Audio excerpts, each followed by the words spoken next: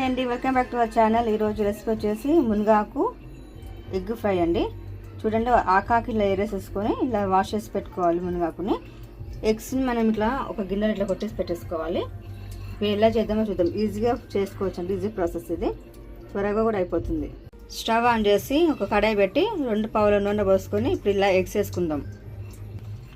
ఇలా ఎగ్స్ వేసుకున్న తర్వాత మనం దీన్ని ఏం కదపకుండా మూత పెట్టి ఒక 1-2 minutes అట్లా ఉడికిద్దాం. దాన్ని చూడండి ఇలా ఉడుకుతుంది. ఇలా కొంచెం సేపు 1-2 minutes ఇట్లా ఉడికిచ్చేస్తే మనకి కొంచెం ఏమంటారు ఈజీగా ఆమ్లెట్ లాగా చిన్న ఆమ్లెట్స్ లాగా వస్తుంది అనమాట. ఎక్కువ అయ్యకుండా మనం ఫస్ట్ మనము వేయగానే కలిపితే అవన్నీ ఇట్లా చిన్న ఇచ్చుకోపోతుంది, మొత్తం అంత బాగుంటుంది అనమాట. మొత్తం పప్పు అయిపోతుంది. ఇలా ఉడుకుతున్నప్పుడు కొంచెం సేపు పెట్టి మెల్లమెల్ల తిరిగేసుకోవాలి. అంటే ఇట్లా బిల్లల్లాగా రావాలన్నమాట, ఆమ్లెట్ లాగా. చూడండి, మెల్లమెల్లగా తీసి ఇట్లా చేసుకుంటున్నాలన్నమాట. మంచి బిల్లల్లాగా వస్తుంది ఆమ్లెట్ లాగా. అన్నీ మెల్లమెల్ల అట్లనే తీసుకొని ఫ్రై చేసుకోవాలి మంచిగా. కొంచెం ఇలా కొద్దిసేపు అయినాక కొంచెం లైట్గా సాల్ట్, కొంచెం కారం, ఓన్లీ ఎగ్ వరకు. చూడండి, ఇలా అయినాక దీనికి కొంచెం సాల్ట్, కొంచెం కారం వేసుకుందాం. ఎందుకంటే ఓన్లీ ఎగ్ వరకు అనమాట. మళ్ళీ తర్వాత మనం ఎట్లాగో మనము మునక్కాయ దాంట్లో వేస్తాం కదా, మునగాకు దాంట్లో, అప్పుడు మళ్ళీ వేస్తాం కాబట్టి ఇప్పుడు కొంచెం వేసుకోవాలి ఓన్లీ ఎగ్ వరకు. ఉప్పు కారం వేసుకుంటే మొత్తం మిక్సింగ్ అయిపోవాలి. అంటే మొత్తం దానికి ఎగ్కి ఉప్పు కారం బట్టేలా మంచిగా కలుపుకోవాలి. చూడండి, ఎగ్ ఫ్రై అయిపోయింది కదా. ఈ ఎగ్ ఫ్రై అయిపోయిన తర్వాత ఇప్పుడు మనం ఇది ఒక ప్లేట్లో తీసుకొని పెట్టుకుందాం. ఎగ్ ఫ్రై చేసిన దాంట్లోనే కొంచెం ఆయిల్ వేసేసుకొని ఇప్పుడు ఇలా మనం కచ్చిపచ్చిగా దంచుకున్న ఎల్లిపాయలు వేసుకుందాం. ఒక ఎల్లిపాయ అంటే అల్లం వెల్లుల్లి ఉంటుంది కదా, ఎల్లిపాయ అదొకటి తీసుకొని దాన్ని పొట్టి తీసి ఆ పాయలకి ఇట్లా కచ్చిపచ్చి దంచుకొని వేసుకున్నాను. ఇది ఒక 1-2 minutes ఆయిల్లో ఫ్రై అయినాక ఆనియన్స్ వేసుకోవాలి. ఎల్లిపాయలు వేగాక ఆనియన్స్ వేసుకోవాలి. ఇప్పుడు ఎల్లిపాయలు వేసుకొని కలుపుకోవాలి. ఇది కొంచెము కలర్ మారే వరకు ఫ్రై చేసుకోవాలి. ఆనియన్ రెడ్గా అయిపోయింది కదా, ఇప్పుడు కొంచెం పసుపు వేసేసుకుందాం. ఆనియన్ మగ్గిపోయింది కాబట్టి ఇప్పుడు మనము మునగాకు వేసేసుకుందాం. మునగాకు వేసుకొని మంచిగా ఇట్లా అంతా కలిసేలా కలుపుకొని కొంచెం సేపు మగ్గియాలి ఇది.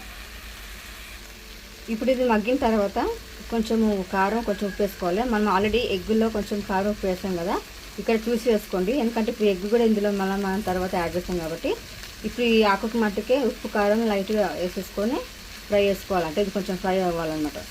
చూడండి, ఆకు మట్టుకే ఉప్పు కారం వేసాను. ఇప్పుడు ఇది కలుపుకోవాలి. కలుపుకున్నాక కొంచెం ఫ్రై అయిన తర్వాత ఎగ్ కూడా మిక్సింగ్ చేసిన తర్వాత అప్పుడు మీకు ఏమైనా సాల్ట్, కారం తక్కువ అనిపిస్తే అప్పుడు వేసుకోండి. ఇప్పుడు మొత్తం మనం సపరేట్గా దీనికి వేస్తున్నాం కాబట్టి మేము అంటే చూసి వేసుకోవాలన్నమాట. కొంతమంది ఇందులోనే ఆకులోనే కొంచెం ఫ్రై అయినాక ఇందులోనే ఎగ్స్ కూడా కొట్టి వేస్తారు.